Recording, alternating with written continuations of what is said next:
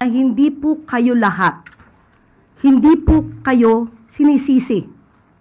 Ito ay pagpapaalala.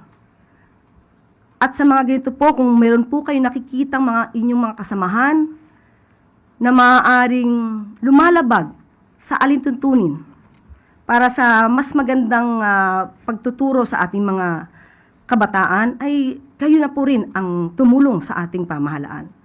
At ito rin po ay makakatulong sa ating mga kabataan. Hindi po natin to pwedeng hindi isiwalat. Kailangan din pong malaman ng ibang mga magulang kung ano yung nangyayari sa ating mga paaralan. Nais po nating sabihin sa ating mga guro, napakalaki po ng inyong mga katungkulan para sa paghubog na magandang kaugalian, magandang asal or magandang attitude sa ating mga kabataan. At sa ACT Teachers Party List, hindi po ito paninisi. Sana ilagay po natin sa tamang konteksto ang aking sinabi. Hindi ito pag-atake sa mga guro. So, simple lamang po, ang ating mga guro, maaari po nating turuan ang ating mga estudyante kung paano magbigay ng tamang pagpapahayag. Kung meron silang sasabihin against the government, karapatan po yan. Pero iba po ang pagtuturo ng freedom of expression at iba rin po ang pagtuturo kung paano ito isasagawa nang walang pang-iinsulto at walang pakita ng maling pag-uugali. So kahit sino po ang ating maging presidente, ito pong aral ito ay dapat na manatili sa atin. So siguro tanungin na lang po natin ang ACT Party or ACT Teachers Party List. Sa ganitong naipakita natin na nangyari ng mga paglabag ng ibang mga guro. Hindi po lahat Hindi ko never kung sinabi na lahat. Ano po ba kaya ang nagawa nila para mas maiangat natin ang tamang kaugalian sa ating mga kabataan? Tingnan po natin kung nakondena ba nila itong mga isang teacher, yung ibang mga teachers na nagsagawa ng ganitong pagtuturo ng maling asal sa ating mga estudyante. So muli, ang mga teachers po, iginagalang po natin yan. Malamang ay nagkaroon lamang po ng misinterpretation dahil yung nagpalabas ng opinion ay malinaw po agad. Dahil sinabi na sinisisi po natin ang mga guro. Hindi po kailanman natin sisisiyan ng mga guro. Ito ay isang paalala lamang. Ay hindi po kayo lahat. Hindi po kayo sinisisi. Ito ay pagpapaalala.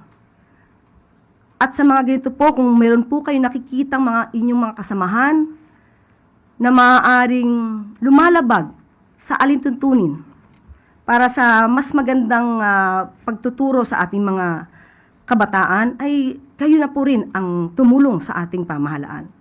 At ito rin po ay makakatulong sa ating mga kabataan. Hindi po natin to pwedeng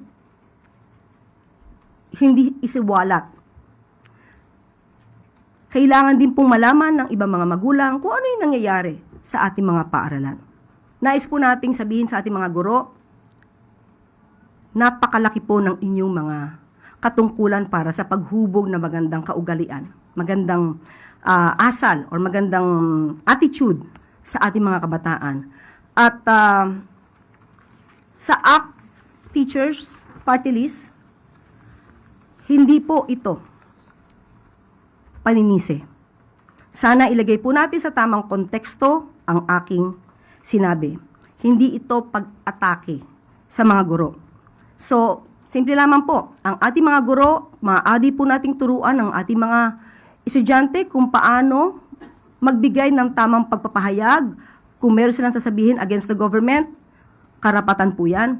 Pero iba po ang pagtuturo ng freedom of expression at iba rin po ang pagtuturo kung paano ito isasagawa nang walang pang-iinsulto at walang pakita ng maling pag-uugali.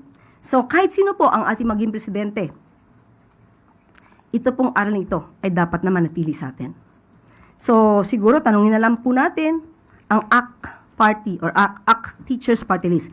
Sa ganitong naipakita natin na nangyari ng mga paglabag ng ibang mga guro, hindi po lahat di ko never kung sinabi na lahat.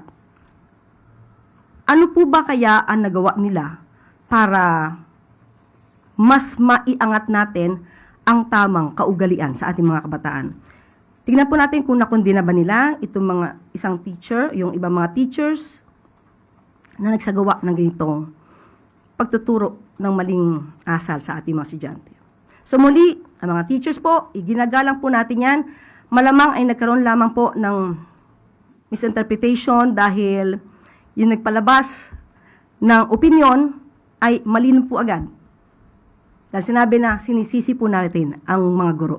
Hindi po kailanman natin sisisiyan ng mga guro. Ito ay isang paalala lamang. Hindi po kayo lahat. Hindi po kayo sinisisi. Ito ay pagpapaalala. At sa mga ganito po, kung meron po kayo nakikitang mga inyong mga kasamahan na maaaring lumalabag sa alintuntunin para sa mas magandang pagtuturo sa ating mga kabataan, ay kayo na po rin ang tumulong sa ating pamahalaan. At ito rin po ay makakatulong sa ating mga kabataan. Hindi po natin to pwedeng hindi isiwalat. Kailangan din pong malaman ng ibang mga magulang kung ano yung nangyayari sa ating mga paaralan. Nais po nating sabihin sa ating mga guro, napakalaki po ng inyong mga katungkulan para sa paghubog na magandang kaugalian, magandang asal or magandang attitude sa ating mga kabataan. At sa ACT Teachers Party List, hindi po ito paninisi. Sana ilagay po natin sa tamang konteksto ang aking sinabi. Hindi ito pag-atake sa mga guro. So, simple lamang po, ang ating mga guro, maaari po nating turuan ang ating mga estudyante kung paano magbigay ng tamang pagpapahayag. Kung meron silang sasabihin against the government, karapatan po yan. Pero iba po ang pagtuturo ng freedom of expression at iba rin po ang pagtuturo kung paano ito isasagawa ng walang pang-iinsulto at walang pakita ng maling pag-uugali. So kahit sino po ang ating maging presidente, ito pong aral ito ay dapat na manatili sa atin. So siguro tanungin na lang po natin ang ACT Party or ACT Teachers Party List. Sa ganitong naipakita natin na nangyari ng mga paglabag ng ibang mga guro, hindi po lahat di ko never kung sinabi na lahat.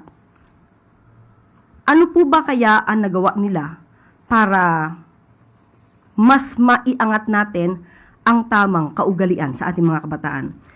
Tingnan po natin kung nakondena ba nila itong mga isang teacher, yung ibang mga teachers na nagsagawa ng ganitong pagtuturo ng maling asal sa ating mga estudyante. So muli, ang mga teachers po, iginagalang po natin yan. Malamang ay nagkaroon lamang po ng misinterpretation dahil yung nagpalabas ng opinion ay malino po agad. Dahil sinabi na sinisisi po natin ang mga guro. Hindi po kailanman natin sisisiyan ng mga guro. Ito ay isang paalala lamang.